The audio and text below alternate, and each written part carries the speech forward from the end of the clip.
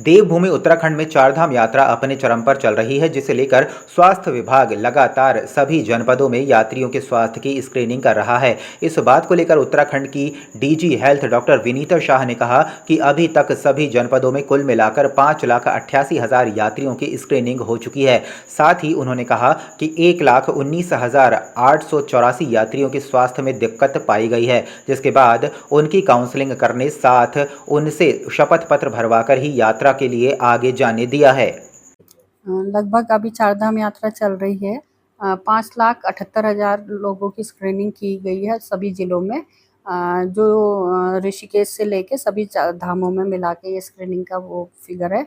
और 1,19,884 लोगों को में कोमॉर्बिडिटी पाई गई और जिनको काउंसिल किया गया और जिनसे शपथ पत्र भराने के बाद ही उनको आगे भेजा गया। इसके संग उनको हम ये जो व्यक्ति थे ये हमारे रडार में रहे, इनको कॉल सेंटर द्वारा कॉल किया गया, हमारे स्वास्थ्य मित्रों द्वारा कॉल किया गया। मंगलौर विधानसभा का उपचुनाव अब पूरी तरह जोर पकड़ने लगा है। मंगलौर विधानसभा के गांव हरंदपुर में भाजपा प्रत्याशी करतार सिंह भड़ाना के पुत्र मनमोहन सिंह भड़ाना भी डोर टू डोर वोट मांगने पहुंचे। इसके साथ ही उन्होंने एक जनसभा कर लोगों को अपने पिता को वोट देने की बात कही। मनमोहन सिंह भड़ाना ने कहा कि अब हाजी और काजी को एक तरफ कर भड़ाना को चुनना है ताकि क्षेत्र में रुके हुए काम हो सकें। उन्होंने यह भी कहा, भड़ाना अगर यहां से जीतते हैं तो क्षेत्र का विकास होगा। विकास के नाम पर ही वह चुनावी मैदान में हैं।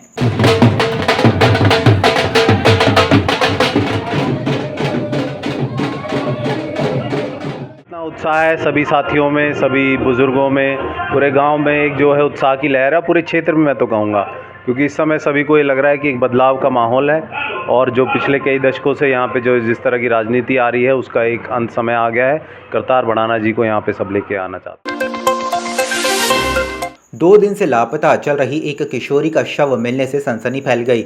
आरोप है कि शांतर शाह के भाजपा नेता व प्रधान पति के यहां काम करने वाला गांव का युवक 6 महीने से उसका शारीरिक शोषण कर रहा है। 2 दिन पहले लड़की गायब हुई तो प्रधान पति व भाजपा नेता ने परिजनों को पुलिस के पास जाने से रोक दिया। परिजनों का आरोप है कि प्रधान पति भी गैंग रेप और हत्या में शामिल है। पुलिस ने मुकदमा दर्ज कर जाँच शुरू कर दी है।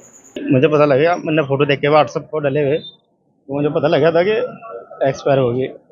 फिर हम सुबह हुआ है वहाँ से, तब फिर यहाँ आए हॉस्पिटल।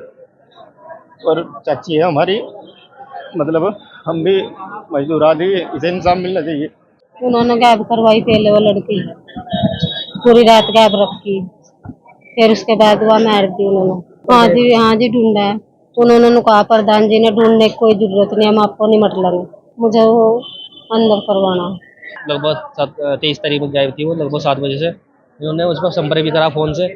वो तो पास जो उसके साथ मतलब 6 महीने से उत्पीड़न कर रहा था लड़का, उसने उठाया उसका फ़ोन और बोला कि मेरे पास है, सुबह को आ जाएगी। लेकिन क्या हुआ कि सुबह 5 बजे लगभग पुलिस वालों ने सूचित करा कि उसकी डेड बॉडी मिली है पिराई के सामने। प्रधान कहीं ना कहीं बचाव करा उसका, जैसे कि मम्मी के द्वारा बताया गया कि ये प्रधान के पास गई थी। प्रथम व्यक्ति प्रधान होता है गांव का, और ये जिम्मेदारी को उठाते हुए अपने प्रधान के पास गई थी सुबह ही। लेकिन प्रधान के द्वारा यह इन्हें आश्वासन दिया गया कि ये आप चौकी में मत जाओ, पुलिस कार्रवाई नहीं करनी है, आपका जो भी होगा हम करेंगे। हम इसमें चाहते भाई न्याय हो। मंगलौर के कुड़की गांव कल शाम गुलदार द्वारा महिला की मौत के सदमे से अभी लोग बाहर निकले नहीं कि रुड़की के नगला इमारती में बीती रात बकरी पालन में घुसकर गुलदार ने दर्जन भर बकरियों को अपना शिकार बनाया है, जिससे सभी बकरियों की मौत हो गई। सूचना मिलने पर वन विभाग के कर्मचारियों ने मौके पर पहुंचकर जांच पड़ताल की। मैंने ये पहले से हटाई जी, देखकर लगा इतना बड़ा था जो जानवर, शेर था इतना मोटा, उसका मोटा जी, तो मेरे साइड में लगा भागा, वैसे लगा मेरे हाथ में, उसका पैर पिछला, लेकिन वो भाग गया कूद को, तो सारा नुकसान होगा जी। यहाँ पे गांव नगला इमरती में जो पंचायत घर है, यहाँ रियासत भाई का मकान है और इन्होंने अपने पालन पोषण के लिए, अपनी रोजी रोटी के लिए बकरियां पाल रखी थी, जिसमें आज रात तकरीबन 3 बजे एक गुलदार आया और इनकी 11 बकरियों को घायल कर गया, मार दी। 11 मर चुकी है और एक को लेके वो फरार हो गया। एक साथ भी लेकर गया है। एक साथ भी लेकर गया है अगर मान लिया कोई ये मानता अधिकारी के शेर नहीं है था, तो ये बकरी मालिक तो ये अपना नुकसान कर नहीं सकता, क्योंकि एक गरीब आदमी उसके लिए उसकी रोजी चल रही है, वो अपना के नुकसान क्यों करेगा। और वो खुद कह रहा है कि मैंने गुलदार देखा। तो अब जो आला अधिकारी हैं उन्हें इस पर संज्ञान लेगा। तराई केंद्रीय वन विभाग रुद्रपुर की टांडा रेंज के अंतर्गत ग्राम जयनगर नंबर 3 क्षेत्र में चारे की तलाश में एक नर हाथी जंगल से बाहर आकर खेत में चारा खा रहा था। खेत के ऊपर से 11,000 की विद्युत लाइन गुजर रही है।